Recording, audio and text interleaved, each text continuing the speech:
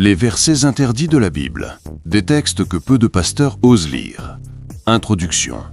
Avez-vous déjà remarqué que dans les églises, la Bible semble toujours raconter les mêmes histoires? Les mêmes paraboles, les mêmes miracles, les mêmes versets de réconfort. Mais il existe une partie des Écritures que presque personne n'aborde. Des passages entiers qui ont été cachés, interdits, ignorés, effacés des sermons et arrachés à l'imaginaire des chrétiens d'aujourd'hui. Des versets si troublants, si violents, si énigmatiques que de nombreux responsables préfèrent faire comme s'ils n'existaient pas. Aujourd'hui, vous découvrirez l'autre facette de la Bible. La face sombre, cachée, dérangeante, et pourtant si vraie. Préparez-vous. Ce que vous allez entendre n'est pas pour les âmes sensibles. C'est pour ceux qui cherchent la vérité, même lorsqu'elle les effraie. Le commandement que personne ne veut lire en public. La Bible contient de nombreux passages difficiles, mais certains dépassent toutes les limites de la morale humaine moderne. Le premier se trouve dans 1 Samuel 15, 3. « Allez et détruisez entièrement Amalek. Tuez hommes, femmes, enfants, même ceux qui allaitent. » C'est l'un des versets les plus évités en chair. Pourquoi ? Parce qu'il remet directement en question nos attentes envers Dieu. Il n'est ni doux, ni romantique, ni simplement amour. Dans ce passage, il apparaît comme guerrier, juge, exécuteur. Et cet épisode révèle une constante, des passages qui présentent un Dieu qui détruit, juge et renverse des nations entières sans s'excuser. La question résonne alors dans le cœur du lecteur, pourquoi Dieu ordonnerait-il une chose pareille ? Pourquoi personne ne l'explique-t-il clairement ? Et c'est à ce moment précis que tant de prédicateurs se taisent, non pas parce qu'il n'y a pas de réponse, mais parce que la réponse est terrifiante. La vision qui a traumatisé les prophètes. Un autre texte interdit apparaît dans Ézéchiel 1. Le prophète y décrit des créatures si incompréhensibles que de nombreuses églises les ignorent tout simplement. Ézéchiel vit des créatures semblables à du feu, avec 4 visages, d'hommes, de lions, de taureaux et d'aigles. Quelle est donc cette créature céleste ? Ce n'est pas l'ange blond de l'art médiéval. C'est quelque chose de si gigantesque, de si étrange, d'apparence si extraterrestre, que Ézéchiel tomba à terre terrifié. Et c'est précisément pourquoi ce chapitre est rarement lu lors des offices. Il n'inspire pas le réconfort, il inspire la peur. La question demeure, pourquoi le monde chrétien a-t-il oublié cet aspect surnaturel terrifiant de la Bible ? Peut-être parce qu'il révèle que le royaume spirituel est infiniment plus complexe et effrayant que nous l'imaginons généralement. Pendant des siècles. Passons maintenant à un passage encore plus troublant. Préparez-vous. 2 Rois 2, 23-24. Le prophète Élisée marchait paisiblement lorsqu'un groupe de jeunes gens se mit à se moquer de lui. « Va-t'en, chauve !» Élisée se retourna et les maudit au nom du Seigneur. Soudain, 2 ours surgirent de la forêt et dévorèrent 42 jeunes hommes. Aucun pasteur ne lit cette histoire lors du culte du dimanche. Elle est trop perturbante. Mais cela révèle un point fondamental. Dans la Bible, le monde spirituel réagit, parfois immédiatement, au point des paroles prophétiques.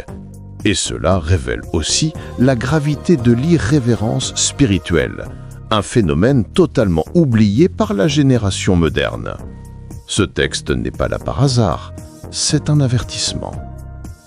Les versets exclus des sermons, la folie de Dieu. Il existe un passage des Écritures que beaucoup évitent parce qu'il remet en question l'image maîtrisée de la foi moderne. Osée 9,7 dit « Le prophète est un insensé, l'homme de l'esprit est fou. » Comment cela ? La Bible qualifie-t-elle les prophètes de fous ? Cela révèle que, dans le contexte spirituel, le véritable prophète est incontrôlable, imprévisible, indomptable.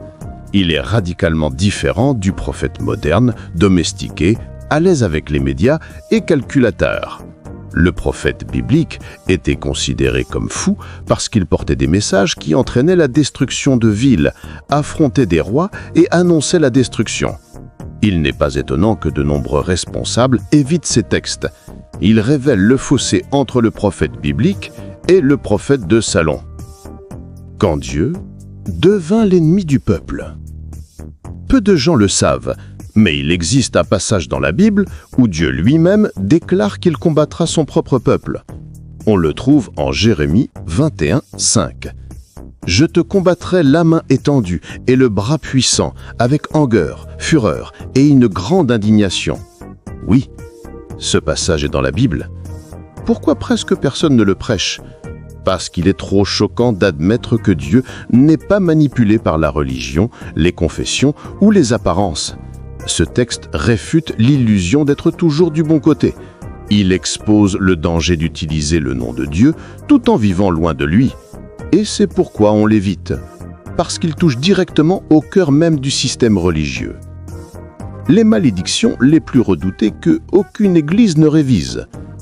Le chapitre 28 du Deutéronome est l'un des plus puissants de la Bible. Et pourtant, il est presque totalement ignoré. Il décrit des malédictions détaillées, des villes détruites, des maladies incurables, des désastres naturels, une famine telle qu'elle conduit au cannibalisme. Cela figure dans la Bible, mais peu de gens le savent. Ces versets étaient considérés comme si violents qu'à certaines époques, il était interdit de les lire aux enfants. Pourquoi ? Parce qu'ils montrent que se détourner de Dieu entraîne des conséquences dévastatrices, non symboliques, réelles, et c'est trop effrayant pour la foi superficielle de notre époque. L'histoire qui montre des anges détruire des villes. Vous avez entendu parler de Sodome et d'Amor, mais rares sont ceux qui lisent les détails macabres de ce qui s'est réellement passé. Dans Genèse 15, 2 anges arrivent dans la ville et découvrent un environnement si moralement perverti, si corrompu, si violent sexuellement, que la destruction devient inévitable. Et que se passe-t-il ? Du feu et du soufre tombent du ciel, et tous les hommes, les maisons, les animaux, les récoltes disparaissent. C'est l'un des jugements les plus sévères de l'histoire biblique. Pourquoi n'est-il pas prêché ? Parce qu'il se heurte de plein fouet à la culture actuelle qui rejette toute forme de jugement moral. Parler de Sodome aujourd'hui est considéré comme trop gênant. Et c'est pourquoi ce texte est devenu un tabou moderne. Le message que l'Église moderne a extrait du christianisme. Il existe un thème fondamental de la Bible qui a pratiquement disparu des prédications contemporaines. La crainte de Dieu. Non pas une crainte irrationnelle, mais la profonde conscience que nous nous trouvons devant un Dieu saint, puissant et juste. L'Ancien Testament regorge d'avertissements et de manifestations du jugement. Le Nouveau Testament, lui aussi, contient de sévères mises en garde, comme en Hébreux 10, 31, « C'est une chose terrible que de tomber entre les mains du Dieu vivant ». Mais beaucoup de responsables évitent ce type de message parce qu'ils ne trouvent pas d'écho auprès du public, ne suscitent pas d'engagement et ne remplissent pas les églises. Or, ce message est une partie essentielle de la Bible et l'ignorer laisse la foi incomplète et dangereuse. Quand le surnaturel déferle travers la réalité humaine. Il existe des passages dans la Bible où Dieu intervient avec une telle brutalité que la logique humaine ne peut pas l'expliquer. Un exemple terrifiant se trouve dans 2 Rois 19, 35. Cette nuit-là, l'ange de l'Éternel frappa 185 000 hommes du camp assyrien. 185 000 soldats tués par un seul ange en une seule nuit. Imaginez la puissance nécessaire. Imaginez la scène au matin. Le silence, décor. Un royaume entier vaincu par la force invisible d'un être spirituel. C'est l'un des textes les plus marquants de la Bible et sans doute l'un des plus ignorés. Des textes qui révèlent un monde spirituel dont vous n'apprenez pas à l'Église. La Bible révèle des créatures qui n'apparaissent ni dans les films chrétiens, ni dans les livres de prière, ni lors des offices hebdomadaires.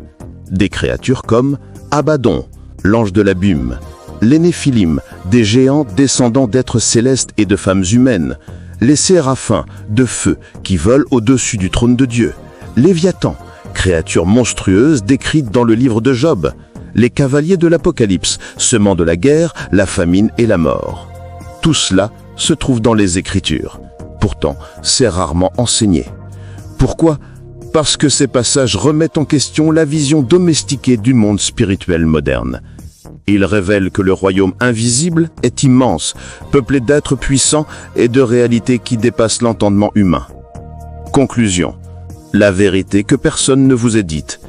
La Bible est le livre le plus aimé du monde, mais c'est aussi le plus redouté. Elle contient l'espoir et le salut, mais aussi le jugement, le combat spirituel, des créatures surnaturelles, des prophéties dévastatrices et des avertissements effrayants.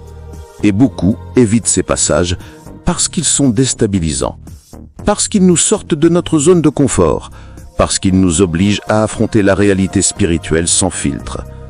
Mais la vérité est simple. Il n'existe pas de Bible édulcorée. Il n'existe pas de Bible politique.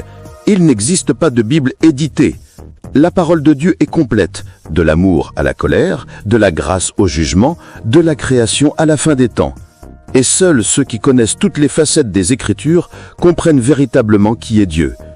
Aujourd'hui, vous avez découvert les versets interdits, la partie cachée, la partie qui inspire la crainte, le malaise et une profonde réflexion, la partie que beaucoup de responsables craignent d'enseigner, mais que Dieu a révélée à tous. Si vous êtes ici aujourd'hui, c'est parce que Dieu voulait vous montrer quelque chose que peu ont le courage d'affronter. Et si vous souhaitez continuer à explorer les passages les plus cachés, les plus effrayants et les plus révélateurs de la Bible, cette chaîne vous ouvrira un monde que beaucoup de gens n'ont jamais vu.